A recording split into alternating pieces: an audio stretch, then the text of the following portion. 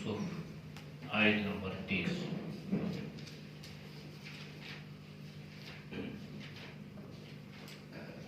اعوذ باللہ من الشیطان الرجیم. بسم اللہ الرحمن الرحیم. وقال نسوة في المدينة امرأة العزيز تراود فتاها عن نفسه قد شغفها حبا إنا لنراها في ضلال مبين. فلما سمعت بمكرهن أرسلت إليهن وأعتدت لهن متكئا وآتت كل واحدة منهن سكينا وقالت اخرج عليهن. فلما رأينه أكبرنه وقطعن أيديهن وقلن حاش لله ما هذا بشرا إن هذا إلا ملك كريم. قالت فذلكن الذي لمتنني فيه ولقد راودته عن نفسه فاستعصم ولئن لم يفعل ما آمره ليسجنن وليكونن من الصاغرين. صدق اللہ العظیم. ترجمہ. وقال اور کہا نسوة عورتوں نے فی المدینتی مدینے کی امرأۃ العزیز عزیز مصر کی بیوی تراود پسلا رہی تھی فتح اس نوجوان کو یا اپنے غلام کو عن نفسی ہی اس کے نفس سے قد بے شک شغفہا وہ فریفتہ ہو گئی حباً باعتبار محبت کے. انا لنراہا بے شک ہم اس کو دیکھتی ہیں فی ضلال مبین صریح گمراہی میں. فلما پس جب سامعت سنا بمکرہن ان عورتوں کے مکر کو ارسلت بھیجا الیہن ان عورتوں کی طرف واعتدت اور تیار کیا لہن ان کے لیے متکئا ایک مجلس وآتت اور دیں کل واحدۃ ہر ایک کو منہن ان میں سے سکینا چھریاں وقالت اور کہنے لگی اخرج نکل آؤ علیہن ان عورتوں پر. فلما پس جب رأینہ دیکھا اس کو اکبرنہ ششتر رہ گئی وہ یا حیران رہ گئی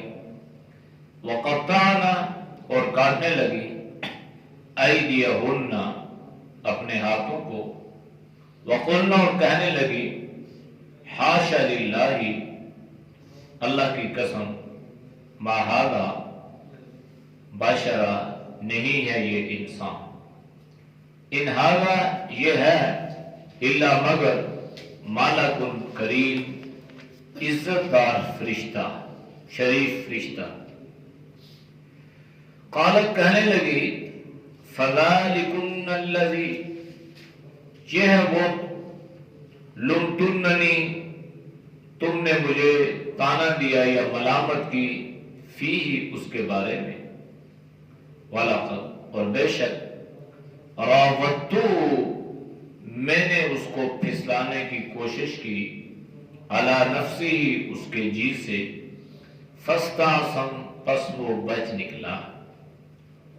وَلَئِن لَمْ يَفْعَلْ اور البتہ اگر نہ کیا ما وہ چیز آمرہ جو اس کا میں حکم دوں، لیسجنن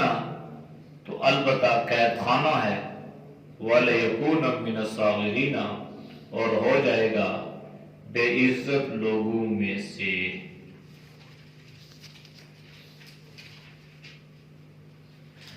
آیات کا ماقبل آیات کے ساتھ ربط یہ تھا، جناب یوسف علیہ السلام پر الزام لگا، اللہ رب العزت نے معجزانہ طور پر بچے کو قوت گویائی عطا فرمائی اور اس نے حکیمانہ فیصلہ کیا کہ جس سے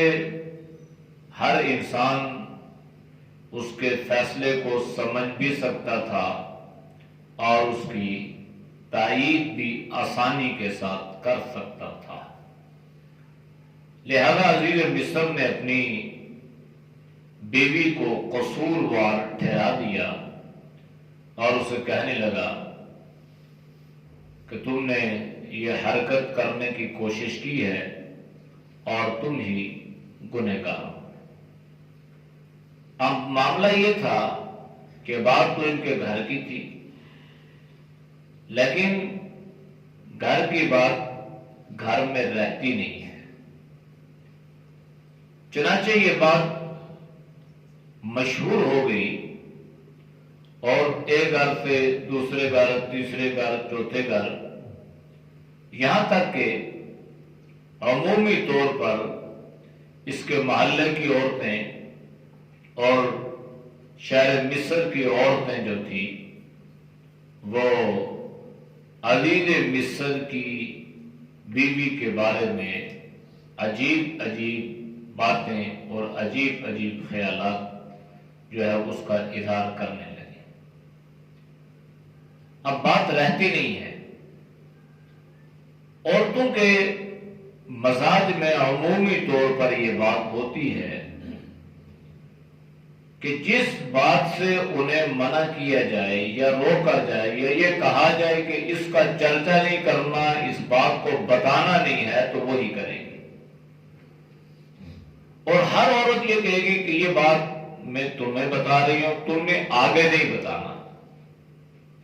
اب یہ اس کو بتائے گی، وہ آگے والی جو سنے گی وہ تیسری کو بتائے گی اور یہ جملہ کہے گی،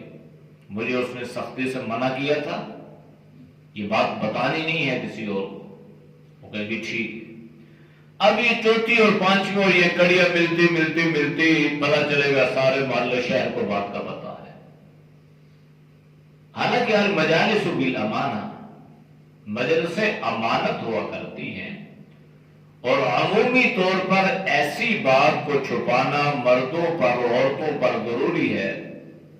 جس سے کوئی بیچارہ یا تو ذلیل ہو رہا ہو یا کسی سے کوئی شر پھیل رہا ہو یا کوئی فتنہ پھیل رہا ہو، تو بہتر یہ ہے کہ اس کو چھپایا جائے۔ کیا ملے گا؟ پھر لے دے کے بعد محلے میں پھیلے گی، پھر بات آئے گی، پھر تو لمبی۔ اس لیے بہرحال المجالس بالامانہ، اللہ کے نبی نے فرمایا جو بات اس مجلس میں ہو چاہیے کہ اس مجلس کی باتیں انہی افراد تک محدود رہیں، وہ آگے نہ بڑھے۔ لیکن بہرحال مزاج اور فطرت ایک ایسی چیز ہے جس کو تبدیل نہیں کیا جا سکتا، اور اللہ نے ان کے مزاج میں یہ بات رکھی ہے، اس لیے اس کو بدلا تو نہیں جا سکتا، البتہ کسی حد تک اس میں کمی آ سکتی ہے اگر تعلق دین کے ساتھ ہو جائے، ورنہ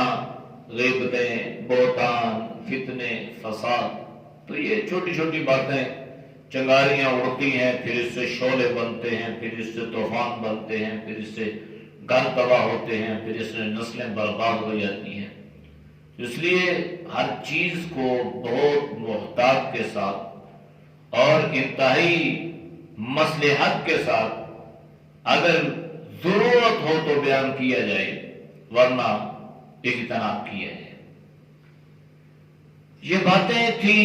بچے نے گواہی بھی دے دی، اللہ نے معجزانہ طور پہ اسے قوت گویائی بھی عطا کر دی،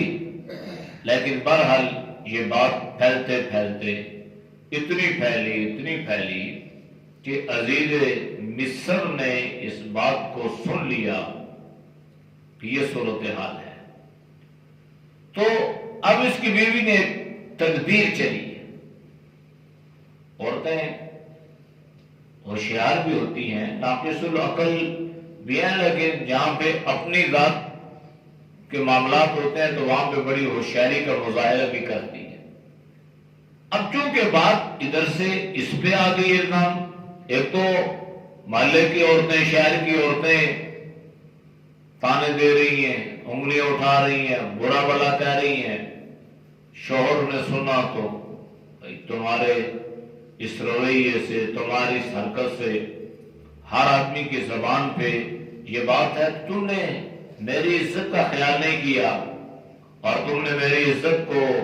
داغدار کرنے کی کوشش کی ہے۔ تو اب باہر سے بھی باتیں، ادھر سے بھی باتیں، ادھر اس کا مقصد بھی پورا نہ ہوا۔ اب یہ غصے میں بھر گئی، اس نے کہا اچھا دیکھتی ہوں پھر میں بھی تمہارا ایک علاج کرتی ہوں۔ تو قرآن نے یہ نقل فرمایا وَقَالَ نِسْوَةٌ فِي الْمَدِينَةِ، یہ جو شہر کی عورتیں تھیں نا، یہ عورتیں کہنے لگی، یہ حسن نسوانیت یہ کہنے لگی، باتیں کرنے لگی آپس میں ایک دوسرے کے ساتھ، امرأۃ العزیز، اس عزیز مصر کی بیوی نے تراود فتح عن نفسی، اپنے غلام سے اپنی خواہش کو پورا کرنے کی حرکت کی یا کوشش کی، تراود اس کو پھسلانے کی حرکت کی، پھسلانے کی کوشش کی۔ اب پھسلانے کی کوشش میں اللہ نے اس کو کامیاب تو نہیں کیا، لیکن اس نے اپنا زور، اپنی طاقت، اپنی پاور کو استعمال تو کیا۔ تو یہ عورتیں آپس میں ایک دوسرے کے کان بھار رہی ہیں، سرگوشیاں کر رہی ہیں، ساتھ ساتھ ایک دوسرے کو کہہ رہی ہیں پتہ نہ چلے کسی بات کو، کرتے کرتے یہ بات پھیل گئی اور یہ بھی کہنے لگی قد شغفها حبا،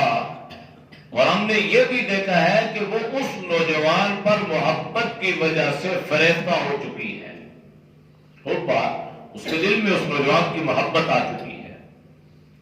اب محبت اگر دائرہ شریعت میں ہو تو اجر ہے، حکم ہے، اور محبت اگر غیر شرعی ہو تو یہ باعث معیوب ہے۔ ویسے تو اللہ نے سب سے محبت کا حکم دیا ہے، نفرت تو کسی سے کرنی نہیں ہے، لیکن یہ جو محبت تھی یہ ایسی محبت نہیں تھی، یہ اپنی نفسانی خواہش کو پورا کرنے کے لیے حضرت یوسف علیہ السلام پر گویا اپنا دل قربان کر چکی تھی اور محبت میں یہ کھو چکی تھی، جس کو قرآن نے شغفہا، مشغول ہو گئی حباً باعتبار محبت کے۔ یہ عورتیں باتیں کر رہی، وہ دیکھو جی یہ اس پر عاشق ہو گئی ہے، اس سے محبت کرنے لگی ہے، اور ہے غلام ہے، اس طرح کی باتیں۔ اِنَّا لَنَرَاهَ فِي ضَلَالٍ مُبِينٍ، اور عورتوں نے یہ کہا کہ ہم تو یہ دیکھتے ہیں کہ بھائی وہ تو بڑی صریح گمراہی میں ہے، بڑی گھٹیا حرکت وہ کر رہی ہے، اور بادشاہ کی بیوی ہو، محلات میں رہنے والی ہو، اور غلام کے ساتھ یہ بڑی غلطی پہ ہے، بے وقوف ہے، اس طرح کی باتیں۔ تو جب عورتوں کی ان باتوں کو کرتے کرتے آخر بال ٹکراتا ہے تو واپس آتا ہے، باتیں یہاں سے اٹھی تھی یہاں واپس آ گئی، اور اب اس نے سن لیا کہ میرے بارے میں تو یہ عورتیں یہ بکواسات کر رہی ہیں اور یہ کہہ رہی ہیں کہ میں اس کو اپنا دل دے چکی ہوں اور اس پہ قربان ہو چکی ہوں اور اس سے محبت کرنے لگی ہوں اور اس پہ فریفتہ ہو چکی ہوں اور میں غلطی پر ہوں، یہ باتیں اچھا ٹھیک ہے۔ اس نے چال چلی، چال یہ چلی کہ اس نے جب عورتوں کے بارے میں یہ سن لیا نا تو اس نے پھر ساری عورتوں کی دعوت دی۔ ساری سے مراد یہ نہیں ہے کہ ہر گھر سے اس نے عورتوں کو اٹھا لیا، بلکہ چیدہ بڑی بڑی مشہور معروف عورتیں جو تھیں ان کی طرف اس نے پیغام بھجوایا کہ فلاں دن فلاں تاریخ کو فلاں وقت کا کھانا آپ نے میرے گھر میں کھانا ہے۔ تو دعوت ہے کھانے کی، وہ بھی عزیز مصر کی بیوی کر رہی ہے تو بڑا تو اہتمام ہوگا، لہذا اس نے ایک بڑی پر وقار تقریب کا انعقاد کیا، اور اس میں اس نے کھانے شانے بھی، لیکن اس میں اس نے فروٹ فرش تازے سیب اور اس طرح کی چیزیں رکھی۔ اب ہوتا یہ عمومی طور پر کہ انسان فروٹ کو کاٹ کے رکھتا ہے، لیکن اس نے پورے سیب رکھ دیے، پورے انار رکھ دیے، پوری چیزیں رکھ دی، اور ساتھ اس نے تشتریوں میں پلیٹوں میں تیز قسم کی چھریاں بھی رکھ دی تاکہ اس تازہ فروٹ کو ان چھریوں سے کاٹے اور خود کھائیں۔ لیکن نیت اس کی اور تھی، یہ نہیں تھی کہ میں دعوت اس لیے کر رہی ہوں کہ مجھے اللہ اس کا اجر دے، ثواب دے، میری سخاوت کے چرچے کریں اور میری تعریف کریں، اور ان کے ذہنوں میں جو بات آئی ہے اس سے معاملات، اس کی چال جو تھی وہ اور تھی۔ اس نے کہا اچھا ان عورتوں نے باتیں کی ہیں، تو قرآن یہ کہہ رہا ہے فلما سمع، جب اس عورت نے ان باتوں کو سن لیا، بمکرہن، ان عورتوں کے مکر کو، حالانکہ عورتیں مکر تو نہیں کر رہی تھی، عورتیں تو باتیں ہی کر رہی تھی، اور مکر تو اس نے خود کیا تھا، لیکن قرآن نے مکر کہا اس لیے کہ یہ جو کان سے کان اور کان گوشیاں جو ہوتی ہیں ان میں کوئی خیر نہیں ہوتی۔ قرآن نے منع فرمایا لا خیر فی کثیر من نجواہم الا من امر بصدقۃ او معروف او اصلاح بین الناس۔ تین باتوں پہ اگر کہیں پر آدمی کو اس طرح کی ضرورت پیش آئے تو وہ کسی کے کام میں کوئی قصر کرنا چاہے تو کر سکتا ہے۔ قرآن نے یہ کہا کہ اگر کوئی آدمی کسی کو کوئی صدقہ بکارے کہ ترغیب دے رہا ہے تو وہ دے سکتا ہے، یا کوئی اچھائی کی ترغیب دے رہا ہو، یا لوگوں میں سلو کا کوئی پروگرام بنا رہا ہو تو ٹھیک ہے، ورنہ فرمایا کہ اکثر سرگوشیوں میں خیر نہیں ہے، فتنہ فساد لڑائی جھگڑے یہاں سے۔ تو ان کے مکر، اس لیے ان کے اس ساری باتوں کو قرآن نے مکر قرار دیا کہ وہ اس طرح کی باتیں کر رہی ہیں۔ اچھا بات جب آگے پھیلتی ہے تو وہ اتنی بات نہیں رہتی جتنی ہوئی ہوتی ہے، بلکہ 1 سے 2، 2 سے 4 اور 4 سے 8 یہ باتیں بنتی چلی جاتی ہیں۔ یعنی ہر آدمی جب بات کو سن کر آگے بات کرتا ہے تو اس میں جب تک وہ اپنے، ہماری زبان میں اس کو کہتے ہیں جب تک اس کے ساتھ کوئی مرچ مسالہ نہ لگائے تو اس کو لطف نہیں آتا۔ تو وہ بات اتنی ہوتی ہے اتنی کرتے نہیں ہیں، اس کے ساتھ مسالے لگاتے ہیں، سوئی کا پھال بناتے ہیں اور بات کا بتنگڑ بناتے ہیں۔ جیسے آج کل یہ میڈیا کا زمانہ ہے، سوشل میڈیا کا زمانہ ہے، تو بات ابھی ہوئی نہیں ہے، یا جو ہوئی ہے وہ بات اس کے برعکس ہے، لیکن جس نے جیسا سنا اس نے سن کے اپنی طرف سے 2 4 6 اور لگا دی، اب یہ بات پھیلتے پھیلتے کہاں سے کہاں پہنچ گئی۔ اس لیے ہر بات میں تحقیق کی ضرورت ہوتی ہے۔ قرآن نے حکم دیا ہے لے ایمان کو، اے ایمان والو تمہیں چاہیے کہ تم ان معاملات میں خوب تحقیق کر لیا کرو، اور بغیر تحقیق کے کسی کے بارے میں اپنی رائے کو قائم مت کیا کرو۔ تو اس لیے ان کو مکر کہا کہ اس طرح کی باتیں کرتی تھی۔ ارسلت الیہن، ان کی طرف پیغام بھجوایا، اور وَأَعْتَدَتْ لَهُنَّ مُتَّكِئًا، اور ان کے لیے ایک مجلس کا انعقاد کیا، کھانے کی دعوت کی، ضیافت کی، اور بہترین طریقے سے اس میں دعوت کی۔ اچھا اس نے وہ سارے معاملات کو پہلے سے سلیکٹ کر دیا نا کہ کیسے عورتیں آئیں گی، کہاں پہ بٹھانے ہیں، کہاں پہ ان کو کھانا کھلانا ہے، پھر کس طریقے سے میں نے یوسف کو یہاں سے گزارنا ہے یا اس کو بلانا ہے، یہ ساری چالیں وہ چل رہی ہے، اور حضرت یوسف علیہ السلام کو اس کی خبر نہیں ہے کہ یہ کیا کرنے جا رہی ہے، کیا کس چیز کی دعوت کا، اس چیز کی کوئی خبر ہے ہی نہیں۔ تو اس نے وہ ساری سازش تارا منصوبہ بنا لیا، عورتیں آ گئیں، کھانے تیار ہو گئے، دسترخوان سج گئے، پھل فروٹ رکھ دیے گئے۔ اب جناب ہوا یہ کہ حضرت یوسف علیہ السلام کو زلیخا نے بلا لیا، عزیز مصر کی بیوی نے بلایا، اور وَآتَتْ كُلَّ وَاحِدَةٍ مِّنْهُنَّ سِكِّينًا، ہاتھوں میں کہا بھائی یہ سیب کھاؤ۔ جیسے آج کل ہمارے یہاں کوئی ایسی بات کوئی دعائش ہوا ہے پہلے فروٹ رکھ دیتے ہیں بھائی، تو ایسے اس نے فروٹ رکھا اور ساتھ اس نے تیز سکینہ چھریاں دے دی۔ اب عورتوں نے چھریاں پکڑی، سیب پکڑا کھانے کے لیے، کاٹنے کے لیے، اور آنن فانن کیا ہوا، وہ جو منصوبہ تیار کرنا، سازش تیار تھی۔ وقالت یخرج علیہن، اب زلیخا نے حضرت یوسف علیہ السلام کو بلایا۔ حضرت یوسف کو کیا خبر کیا ہو رہا ہے، یہ تو عفیف پاک دامن، نگاہوں میں حیا۔ تو دروازہ کھلا، یوں حضرت یوسف علیہ السلام باہر نکلے تو آگے تو حیران رہ گئے کہ وہ تو ادھر ایک سے بمشکل بچ پایا تھا، ادھر تو یہ پتہ نہیں اتنا جمگٹھا، اور یہ کیا معاملہ آ گیا۔ انہیں اپنی فکر لائق ہو گئی کہ میرے لیے کوئی ایک اور منصوبہ، کوئی اور سازش تیار ہو رہی ہے اور مجھے اپنے جال میں پھنسانے کے لیے۔ تو اب جب یہ باہر نکلے تو مفسرین نے لکھا ہے کہ عورتوں نے باتیں تو کر دی،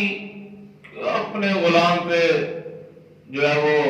اس کے ساتھ اپنے جی کو بلانا چاہتی ہے، اور اس سے اپنا مقصد نکالنا چاہتی ہے، اور اس سے اپنے خواہشات کو پورا کرنا چاہتی ہے۔ تو غلام پاگل بے وقوف ہے، بادشاہ کی بیوی ہے، غلام کی طرف مائل ہو گئی۔ ظاہر ہے گھر میں رہ رہے ہیں نا، اس اعتبار سے غلام، قرآن نے تو فتح اور بعض مفسرین نے اس کی توجیہ جو ہے وہ غلام سے فرمائی ہے۔ تو اب انہوں نے اس طرح کی باتیں، حرکتیں کی تھی۔ اب آنن فانن حضرت یوسف علیہ السلام باہر نکلے تو عورتیں دیکھتی کی دیکھتی رہ گئی، بے ساختہ ہو گئی، ہوش و حواس کھو بیٹھی۔ ہاتھ میں پھل تھا، ہاتھ میں چھری تھی، پھل کاٹ رہی تھی، اب یوں ٹکٹکی باندھ کے حضرت یوسف علیہ السلام کی طرف جڑ گئی، اور بجائے پھلوں کے انہوں نے اپنی انگلیوں کو کاٹنا شروع کر دیا۔ ہاتھ کٹ گئے، انگلیاں کٹ گئی، ہوش ہی نہ رہا، بے ساختہ ہو گئی، حواس باختہ ہو گئی۔ بھائی ہم نے تو سنا تھا کوئی غلام ہے، یہ تو حسن و جمال کا پیکر ہے، ایک جھلک برداشت کر نہیں سکتی۔ عجیب، اللہ نے حضرت یوسف علیہ السلام کو حسن عطا فرمایا تھا۔ تو جب حضرت یوسف نکلے، انہوں نے دیکھا، فَلَمَّا رَأَيْنَهُ، قرآن کہہ رہا ہے جب اس کو دیکھا ان عورتوں نے، اکبرنہ، وہ حیران ہو گئی، ششدر ہو گئی، بس حواس باختہ ہو گئی، یہی ہوش و حواس ہی کھو بیٹھی، اور وَقَطَعْنَا أَيْدِيَهُنَّ، اور انہوں نے اپنی انگلیوں کو، اپنے ہاتھوں کو کاٹنا شروع کر دیا۔ ہاتھ میں پھل تھا، پھل کاٹ رہی تھی۔ اب ان کو اتنا بھی ہوش نہ رہا بھائی اب پھل کاٹنے یا سٹاپ کرنے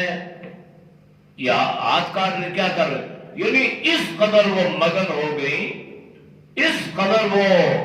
بے ساختہ جو ہے گویا ایسے ہوش و حواس کھو بیٹھی۔ قرآن نے کہا اور کہنے لگی وَقُلْنَا حَاشَ لِلَّهِ مَا هَذَا بَشَرًا،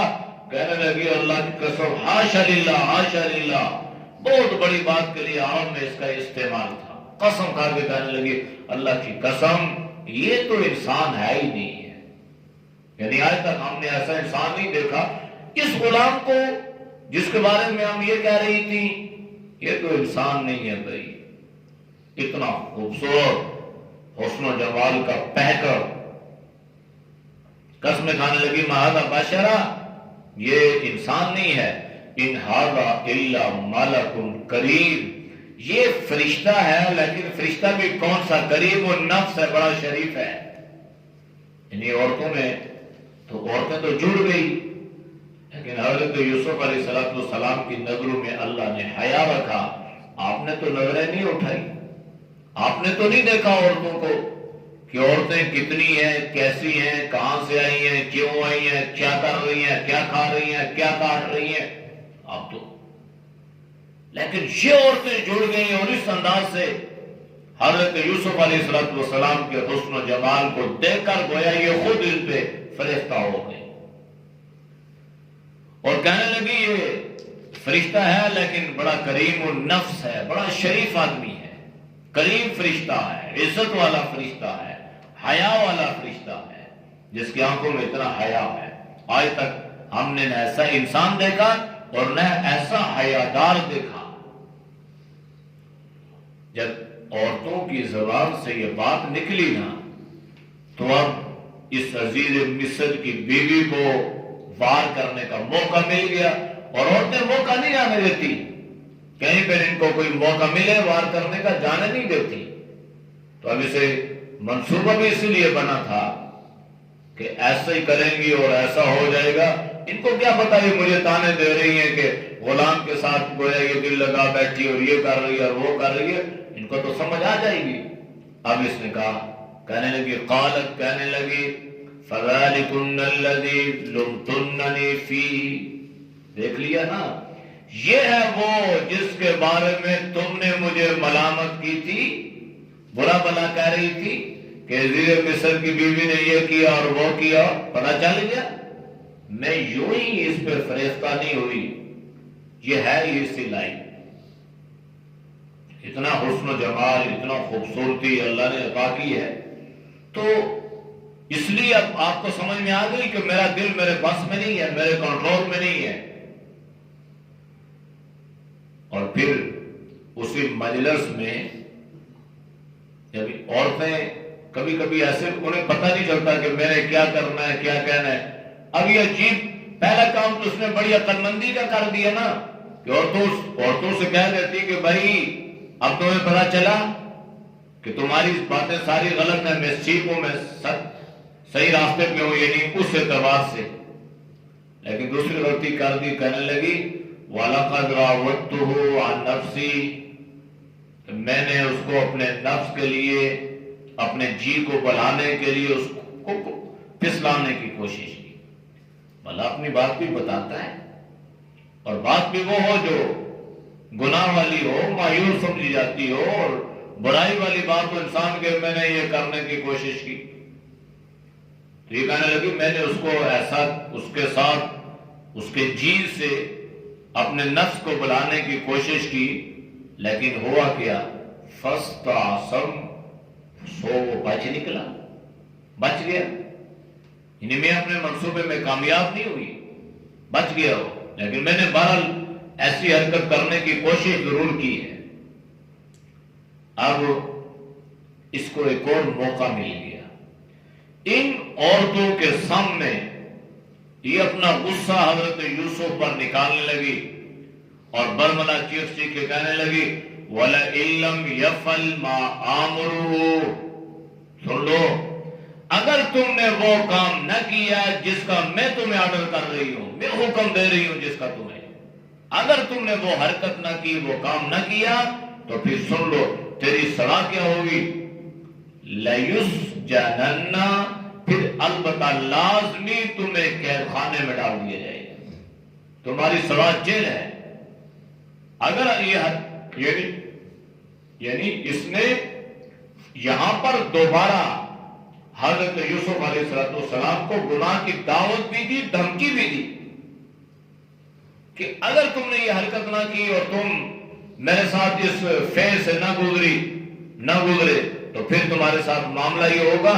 کہ تمہیں جیل میں بھی ڈال دیا جائے گا، اور دوسری چیز یہ ہوگی جب تم جیل میں چلے جاؤ گے نا وَلَيَكُونَمْ مِنَ الصَّاغِرِينَ، صاغر کہتے ہیں ذلیل کو۔ تو حضرت یوسف علیہ السلام کی شایان شان یہ نہیں ہے کہ وہ تو کہہ رہی ہے لیکن ہم یہ کریں گے، وہ کہہ رہی ہے کہ اگر آپ نے یہ حرکت نہ کی، جیل میں چلے گئے تو آپ بے عزت ہو جاؤ گے۔ حالانکہ اسے پتہ نہیں ہے کہ عزت و ذلت اللہ کے ہاتھ میں ہے، کون عزت والا ہے کون ذلیل ہے، کس کو اللہ کیسے عزت عطا کرتا ہے، کس کو اللہ کیسے ذلیل کرتا ہے، یہ معاملات اللہ کے ہاتھ میں ہے۔ اور انسان تو ایک دوسرے کو عزت بھی دینا چاہے، ذلیل بھی کرنا چاہے، لیکن اس کے بس اور اختیار میں کچھ نہیں ہے۔ اب کیا ہوا جب اس نے دھمکی دی اور حضرت یوسف علیہ السلام نے دیکھ لیا کہ اب تو میرے لیے بچنے کا کوئی اور راستہ نہیں ہے، جیل کی دھمکیاں آ رہی ہیں، یہ باتیں، تو اب میرے سامنے دو راستے ہیں۔ ایک راستہ یہ ہے کہ میں خدا نخواستہ اس کی خواہش کو پورا کر دوں، اور دوسرا میرے لیے راستہ یہ ہے کہ میں جیل کی سلاخوں کو اپنے لیے پسند کر کے اپنی عزت کو بچا دوں۔ جناب یوسف علیہ السلام نے جیل کو پسند کیا، قید خانے کو پسند کیا، اور اپنے عزت کو داغدار ہونے سے بچا لیا۔ اعوذ باللہ من الشیطان الرجیم، بسم اللہ الرحمن الرحیم۔ وقال نسوة في المدينة امرأة العزيز تراود فتاها عن نفسه قد شغفها حبا إنا لنراها في ضلال مبين فلما سمعت